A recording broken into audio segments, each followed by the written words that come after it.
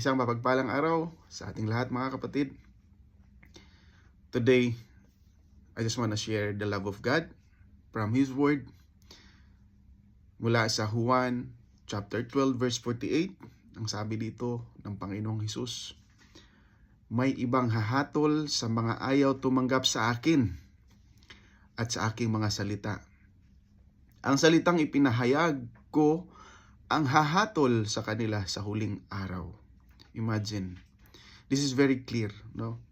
Na ang mga salita ng Panginoon na inilahad sa atin by